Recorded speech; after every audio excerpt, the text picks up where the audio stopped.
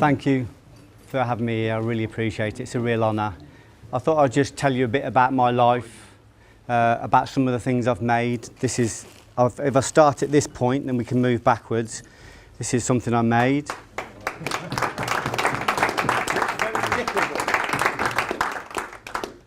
Feel the weight of it. It's death. This is death.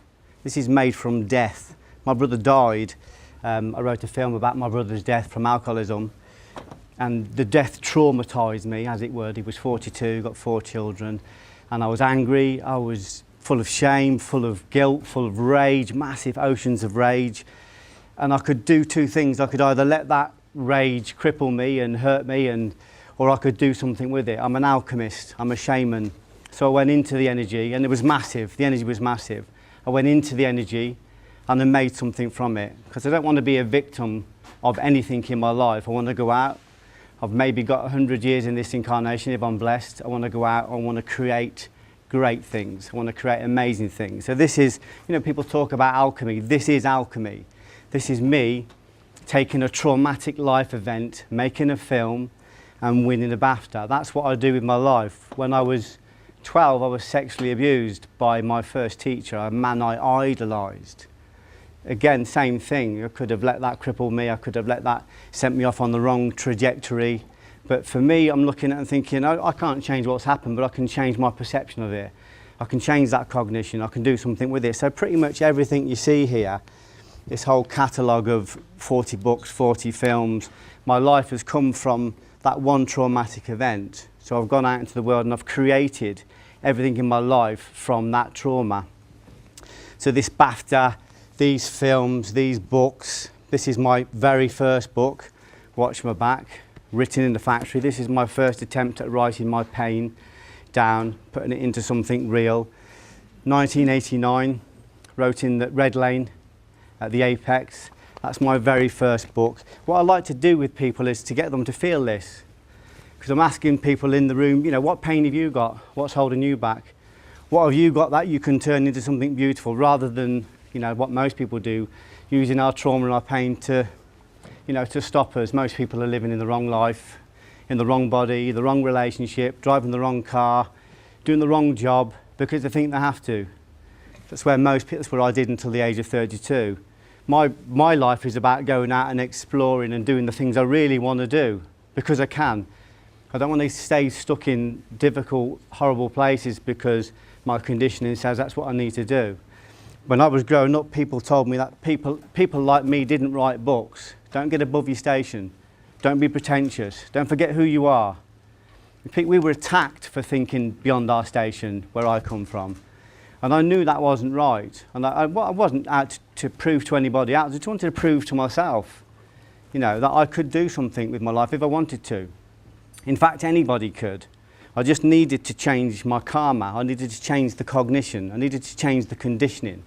Needed to change the scripts. But I got a lot of pain, and when I stepped outside of, the normal working class life, I felt debilitating depression. I mean, debilitating. Either I was in bed, covered with blankets, or I was smashing the house up with uncontrolled rages. That's no good to me. That's not how I want to live. I want to go out. I want to trip the light fantastic. I want to be sitting at 2 in the morning with my heroes, having coffee in amazing places. That's what I do. That's how I live my life. I don't mean my life without trauma. I'm not looking for comfort.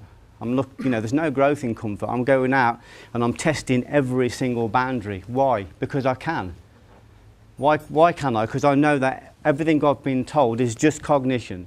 It's just karma. It's just old scripts. Cognition, as Carlos Castaneda says, cognition can be changed. Karma can be changed. I can visit myself in the past. This is my stage play about the sexual abuse. I visited myself in the past. I brought all that up and I wrote about it in a play that got 5-star reviews. We had, I think it was on for 2 weeks. I watched this being acted for 6 weeks. This was me bringing all my trauma out, making something beautiful from it. It's a beautiful play. It's a powerful play.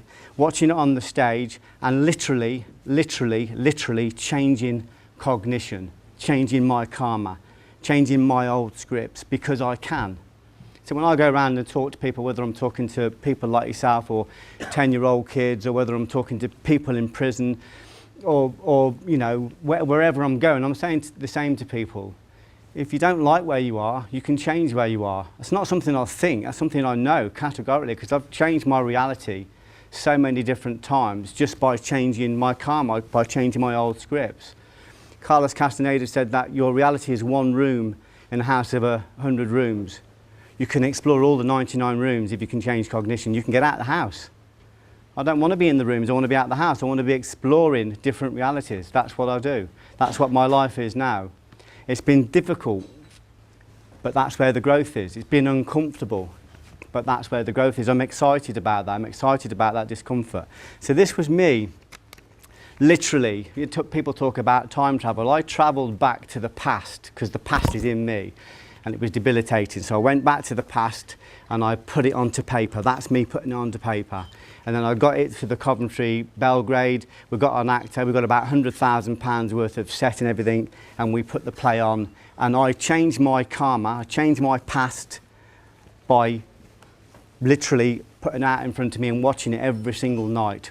Every single night. We had the Samaritans at the door because the stuff is so honest. Everything I've ever been ashamed of, everything I've been guilty about, my rage, these oceans of rage, it's all in this book. All those things that blackmail you, you know, all those things that blackmail, all that shame. If people knew this about you, if people knew that about you, if people knew what you were like when the lights are off. I wrote it all down. I said, let's have a look at this. I want to lean into my fear. I want to lean into that fear. I want to see what it feels like. I want to see what it tastes like. I want to paddle in it. I want to marinate in it. I want to feel what this is about, because this fear, this line, is all that stands between me and my kingdom, me and the things I want to do, the things that I want to achieve. My kingdom is just beyond that line of fear. And according to the scriptures and according to Einstein, that's an illusion. It's a very convincing illusion, but until we go nose to nose with it, until we intercourse with it, that illusion is very real. When we intercourse with it, it dissipates, it dissolves. Fear has no reality. But it has 3 dimensions if we stand back. If we turn away from it, it becomes a monster. If we run away from it, it becomes Frankenstein's monster. This Frankenstein's monster was chasing me around for 40 years.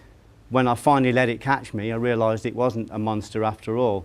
It was a 12-year-old boy trapped in me saying, acknowledge me. I'm here, acknowledge me. And suddenly I'm standing on nightclub doors with all the tattoos and all the layers of muscle and all the broken nose and cauliflower ears, and I'm battering people because I think I've got to protect myself against the world. I think I've got to protect myself against the world, because at 11, 12 years old, 2 people told me no one could be trusted, not even the people you love, especially the people you love. So you build up this reality from this false cognition, and suddenly I'm in hundreds of fights. I'm in thousands of violent situations, literally thousands. I said to my wife one day, isn't Coventry violent? Everywhere I go, there's violence. And she says, Geoff, there's a common denominator. It's you, everywhere you go. So that was just faulty cognition. And it was easy to let go of all of the things that I was holding on to, all the anger, all the shame, all the rage, because actually when I got close to it, it didn't really exist. There was just one incident implanted on my cognition that created a story. And I don't regret the story, because look at what I've done. Look at where I am. 40 books, about as many films, 2 BAFTA award winners, nominations. I think the books are in 21 languages. 21 languages, just gone into Arabic. Started in a factory toilet. All that whole reality. There's about 5 million versions of me in the world at the moment telling this story. 5 million versions. And they all came through the portal of a nib, of a biro. In a factory, that's where it started. People said, who wants to read about a Coventry bouncer? Actually, it's not really about a Coventry bouncer. It's about a man that wants to explore his reality. It's about a man that wants to go out and create. It's about a man that wants to go out and own his kingdom. That's what it's about. That's what I do. That's what I continue to do. So at the moment, I'm making about 5 different feature films and just had the stage play, and I've got a new book coming out. I live between here and London. Why? Because I can, because I want to explore it. I've had to lose a lot of people to get that, because when I changed my reality, a lot of the people who was in that reality with me didn't want to come. Who did I think I was writing books? Who did I think I was thinking I could be a filmmaker? Who did I think I was getting above myself? Who do you think you are? My first wife said to me when I was aspirational and I was going to be a world-class karate guy, and I was, I think, a green belt, and I was in the garden doing my kata, and I thought, I'm going to change the world. I came in and my first wife said to me, do you realise what a cunt you look like out there? Forgive the language, but that sticks on the hard drive. So every time I come forward to explore and expand, that little voice says, yeah, I know you're talking about changing the world, but don't forget who you are. Don't forget that you're nothing. None of that's true. That's just cognition. That's just conditioning. That's just software. That can be changed. I don't think it can be changed. I know it can be changed because I'm changing it. I'm doing it all the time, and I'm around people that live the most extraordinary lives. The guy doing the filming here, Hollywood Steve, he's come down to film for me today. When I met Steve, he was working in Toys R Us, you know, in the warehouse, people taking the piss out of him because he wanted to be a filmmaker. He's just made a film with Danny Dyer that's going to be massive. He's actually making films in London now with really established stars, you know, for hundreds of thousands of pounds. I've watched his ascent. It's possible. It's possible to be what we want to be. It's possible to do what we want to do. All of the Bibles tell us that. They all tell us that. Forget about the dogma. I'm just talking about the philosophy. You know, the Guru Granth Sahib, you know, the Quran, the Old Testament, the New Testament, the Torah, the Tao Te Ching, you know, any of the books.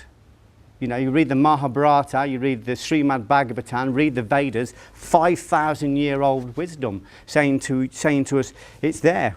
It's within your reach, even if it's beyond your grasp, it's there. You can, that's what I'm exploring. The only thing stopping me going further and faster is my own fear, because I still have that, the Hindus call it the sea of nescience. I still have that sea of ignorance around me sometimes. But of course I understand fear. So when fear comes up, I step into it. I paddle in it. I marinate in it. When I step into fear, fear disappears. It dissipates. I no longer create a violent reality. That's not what I do. I did before. The most exciting thing for me about being in thousands of violent confrontations was that I know I created it from a faulty cognition. Because when I realised it was me literally creating it, I stopped. At one point, I had violent books in every room of my house, violent weapons in every room, even the toilet, daggers, knives, bats, everywhere in my house, even in my car. There was weapons everywhere. I thought about violence, I talked about violence, I wrote about violence, I imagined it viscerally with very pure imagination, and I created that in my reality. People were afraid of me. I'm ashamed to say that people were afraid of me, but I'm also excited because I know I created that.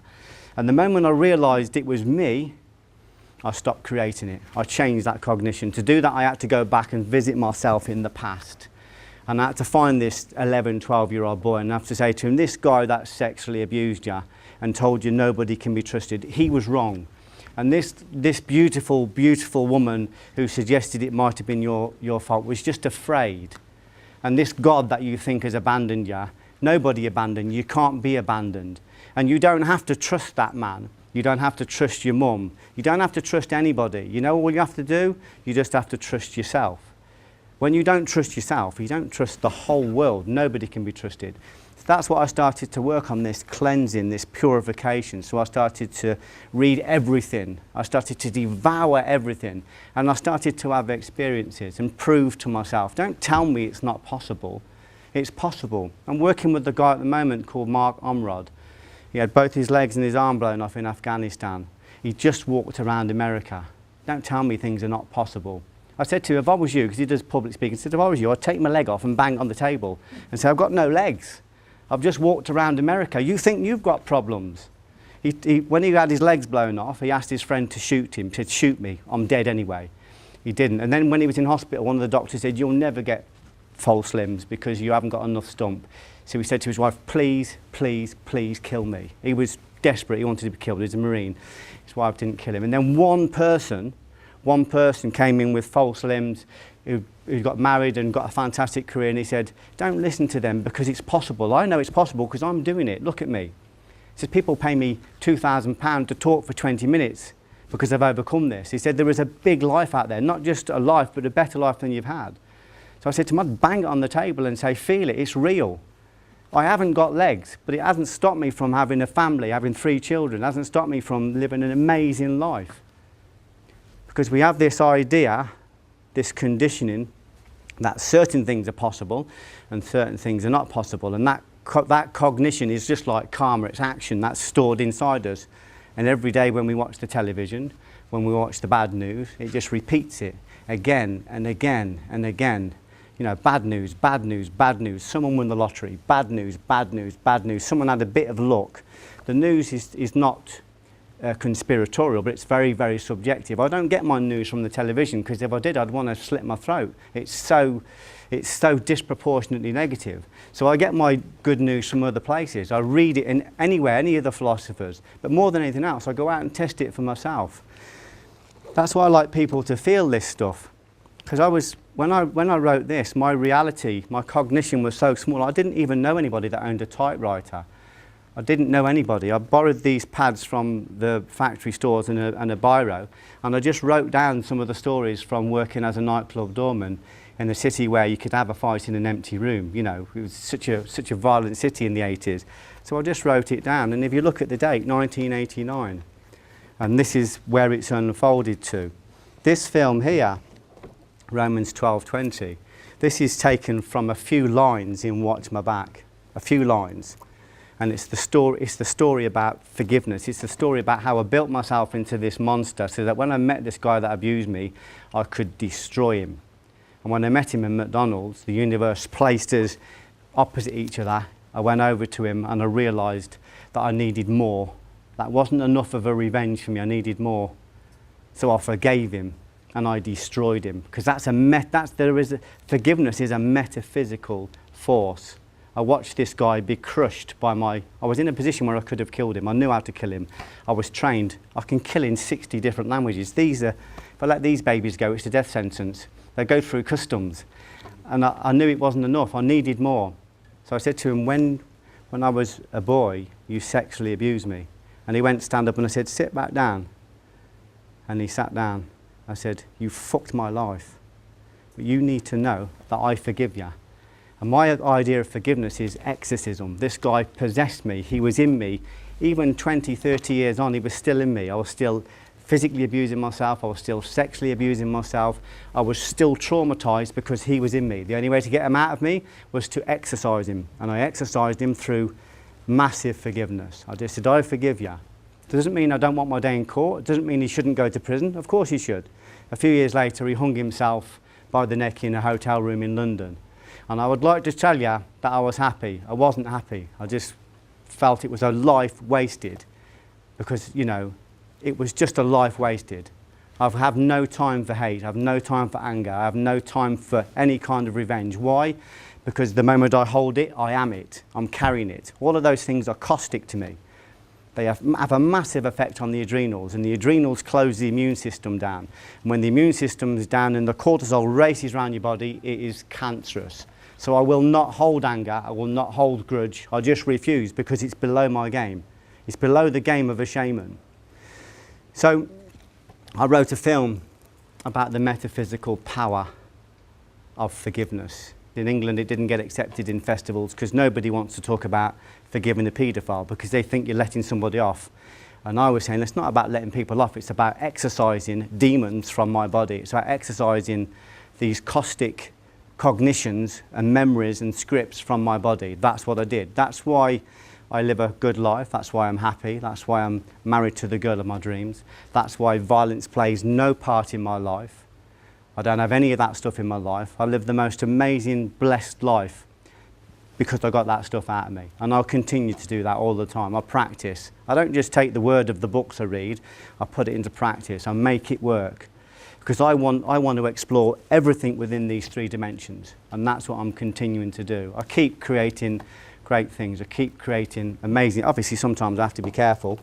When I wrote this script, I created her. I said, Danny...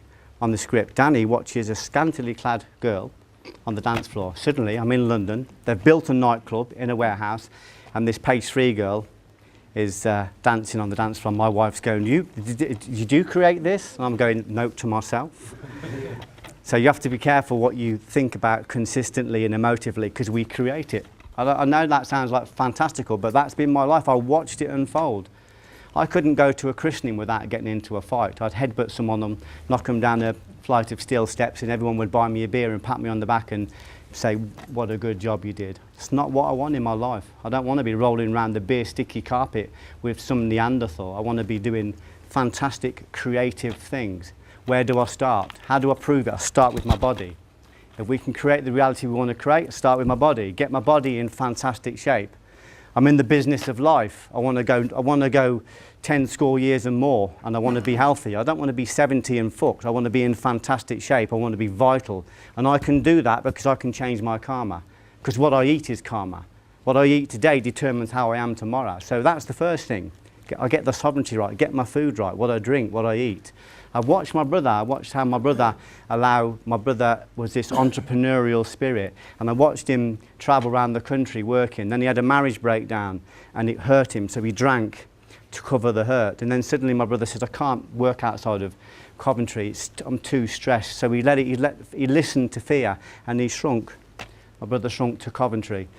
And then he said, I can't work too far outside of Bell Green because I'm too stressed. So he just worked in the Bell Green area. Then he said, I can't work all year, I'm just too stressed. He kept listening to his fear. I watched him do it. And as he listened to his fear, he drank more. And then he said, I don't want to work, I can't work, I'm too stressed. So he only worked at Christmas for the kids' presents. Then he didn't work at all. Then he wouldn't go out of Bell Green. Then he wouldn't leave Bell Green Square because he was listening to fear. Then he wouldn't leave the block of flats. He lived in a tower block.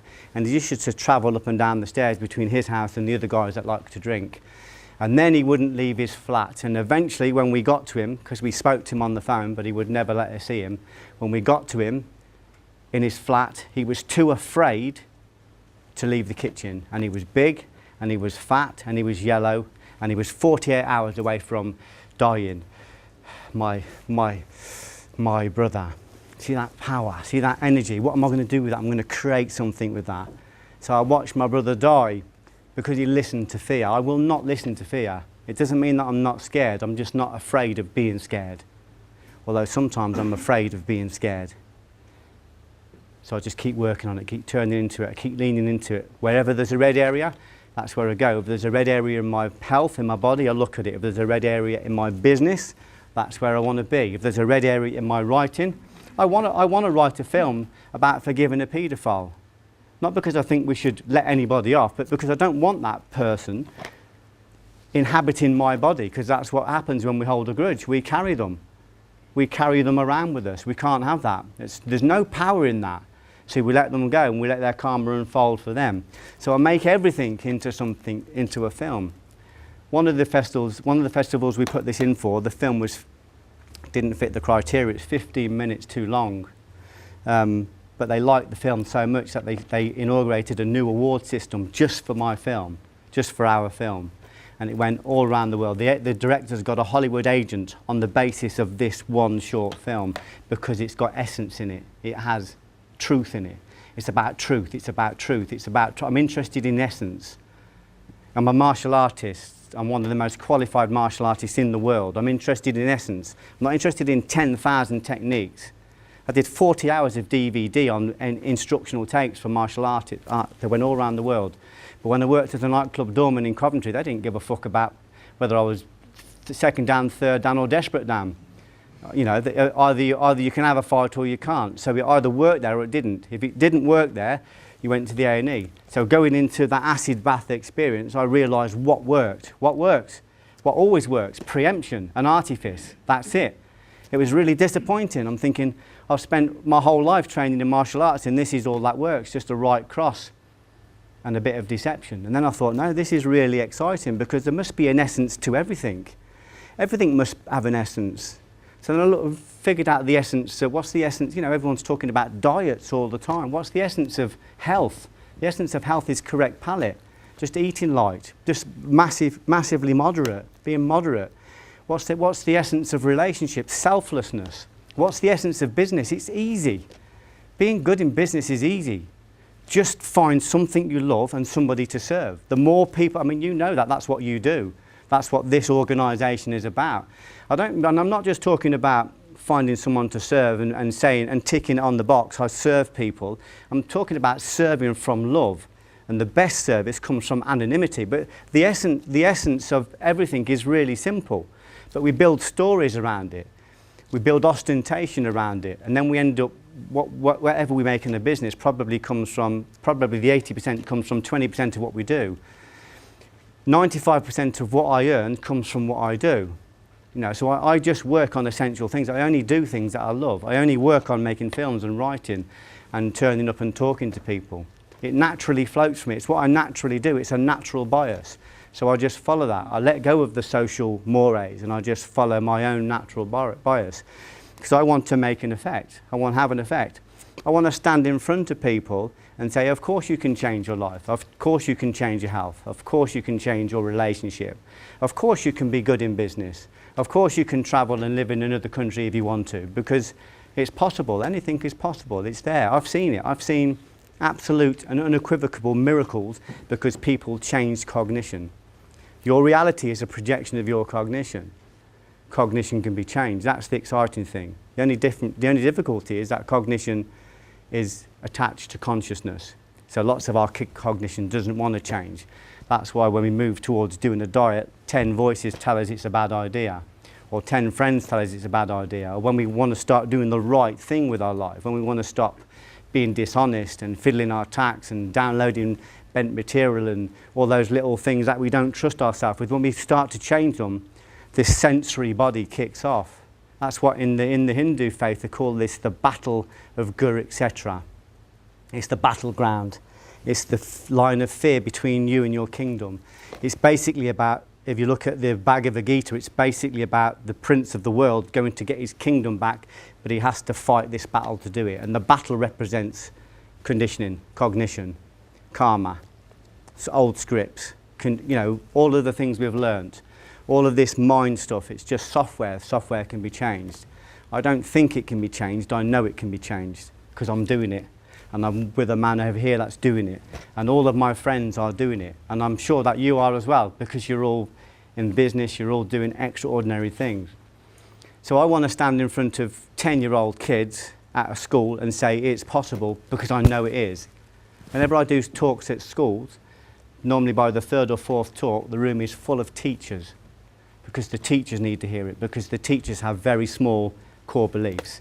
So this is what Yuda's theory in the Mahabharata calls expanding the second self, expanding the core beliefs, destroying old core beliefs, creating new core beliefs. Why should we do that? Because we can. And then we can go out and explore the things we want to do instead of sitting in front of the telly blaming fat politicians and, greedy bankers and fundamentalists. I don't need to worry about them people because there is fundamentalism still in me. There is greed still in me. There is corruption still in me. That's what I need to be concerned with. Those things are just a convenient distraction. They do not, attacking those things isn't going to help me. What helps me is when I look at that and think, why am I so emotive about this? Why am I distracted? So I come back to myself, I explore that, I go into that, I find it, I dissolve it and I realign myself. And then when I realign myself, I create in the real world.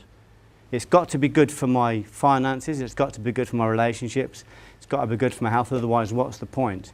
So I spent my whole life trying to blame other people up until the age of, in my 30s, it was always somebody else's fault why I wasn't where I wanted to be. Then I realised it was nobody's fault because nobody could change me but me.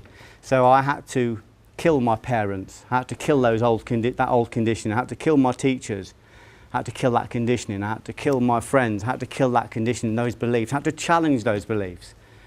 Core beliefs are so powerful that a lot of people would rather kill themselves than challenge their core beliefs. That's how powerful core beliefs are.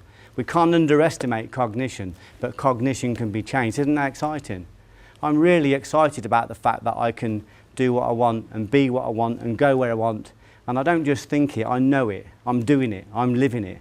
And I'm working around the most extraordinary people. I'm interested in essence. I'm interested in being able to bring everything I know into a very small package, like a right cross. I'm a very powerful puncher because I've trained my whole life to punch. I can punch from about 6 inches and it feels like you've been hit by an elephant, because I took all the ostentation out of it and I just went directly from A to B and I get massive power. So I'm interested in doing that with my work. How can I take a 60-hour working week and whatever I earn in a 60-hour working week and condense that and earn that in 20 minutes? I can only do that if I find essence. I know people that get £50,000 for doing an hour talk because they've managed to condense it just to essence. And when they talk to people, people's cognition is changed. People are expanded because they're hearing essence, they're hearing truth. So I'm interested in playing with that. If I can do it in the martial arts, I can find corresponding areas in my life, in my relationship. How can I make my relationship, or all of my relationships, more potent? I can do that just by being present. Not being on the phone and on the laptop and thinking about 10 different things. Just be present. Just be present. How hard is it to be present? It's difficult. It's hard to be present when you're sleeping with your wife because you're thinking of 10 different people, especially when the beach volleyball's been on. You know, so I want to get rid of all that. I just want to be present. If you're present with someone for 5 minutes, they feel as though they've been with you forever. People love people that are present. It has a huge effect. It has a huge exponential effect. Don't forget, it's in our Bibles. Don't believe the stuff about dogma. I'm not talking about dogma. I'm talking about philosophy. Guru Nanak, look at his work. Look at Muhammad, one of the most powerful men that ever lived. Read his biography, very powerful. Look at Jesus Christ. Look at Lao Tzu. Look at Krishna or Arjuna or Yudhisthira. They're out there. They're free. There's thousands and thousands of hours. If you go to the Vedas, there's 400,000 verses. You can get them free online. This wisdom, it is never ending to expand us, to make us into more potent, more loving, more caring human beings. And if you bring it down to the essence of everything, if I know you're all starving, so I'm going to bring it, if I can bring the essence down of everything, I'll tell you what the essence is of everything.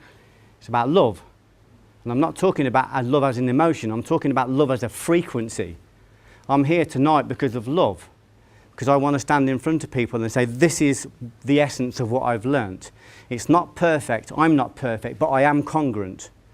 My thinking and my saying and my doing are aligned. I like who I am. I know who I am. How did I find out who I am? By finding out who I wasn't. And there was a lot of them. There was a lot of people that I wasn't. I couldn't believe how corrupt I was in so many subtle ways. I've had to experience lots of thousands of little deaths over the last few years, getting rid of old cognition. And it's difficult to get rid of cognition when it's attached to your mum, when it's attached to your dad, when it's attached to your favourite teacher, when it's attached to your friends. And your friends are so affronted when you don't want that old cognition, when you don't want to be racist or sexist, or when you don't want to do things just because there's a lot of money there, when you're doing things because you want to change people.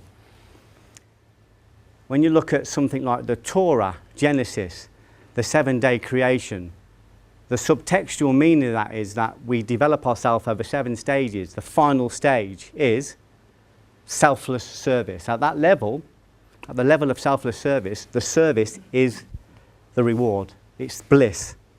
That's the key. And it's about finding that. It's about getting rid of what's in this for me. And that can involve business, that can involve exchanges of money, but that's about turning up because you want to do it, because you feel that love. And you know that when you're with people, you can change them. Just by being in the room, if you're aligned, if you're congruent, if you're working from love, just by being in the room, people are changed. They expand. There is an expansion in cognition. Even if it just opens for a second, then they can't go away and deny it's possible. So I'm surrounded by people that are doing the most amazing things. And I also see lots of people who live the most extraordinary small lives because they think they've got no choice. But they have got a choice, they're just afraid to look at it. And the choice is right in front of you. There's a great word in Islam called yakim, and it means the truth is undeniably right there in front of you. You haven't got to leave your front room, just look in the mirror. The truth is right in front of you. Your kingdom is right in front of you. What's stopping you accessing it? Old cognition, old beliefs, small core beliefs. You know, it's very easy to just get rid of that and start whittling it down, winnow it down until you find the essence. And when you find the essence in business, people will travel across the globe just to be in your company because they will feel expansion by being there. And then we can be beneficial, then we can benefit people's lives. And there's no better bliss. There's a great story about a guy travelling across a toll road in America, Christmas Eve. He stops at the gate, looks in behind the glass and sees the girl who looks very sad. So impulsively he just gives her $20, just to cheer her up. And she's so moved, she spontaneously breaks down in tears of joy. She just breaks down. And he said, I feel this death of an ego immediately. I felt this complete connection. He said, I felt this bliss when I did this little tiny thing. I gave her $20, but it came from the right place. He said, I felt this indescribable bliss. And he said, I thought, that's all I want to do for the rest of my life. I just want to recreate that feeling. He became known as the Secret Santa. He became a millionaire businessman, and every year he would dress up as Santa and go out and give thousands and thousands of dollars away. He became a massive philanthropist. He didn't come out till after he died, but what he discovered in that one selfless act was that at the highest level, service is the reward. And it's not just an intellectual thing. It can start as an intellectual cognitive understanding, but it's got to be something that we do, and we do from the right place. If we don't do it from the right place, it doesn't work. It becomes a barter. We expect too much back. So that's what I'm exploring. I'm not as good at it as I should be, but it's because I'm working on old cognition. Some of my cognition is very, very strong.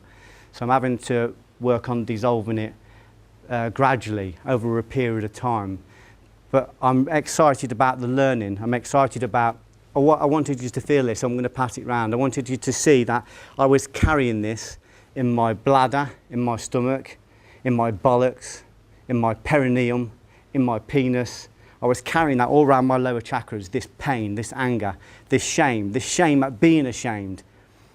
And when I brought it out, it went, because I moved it. I took energy and I converted that blocked energy into something beautiful.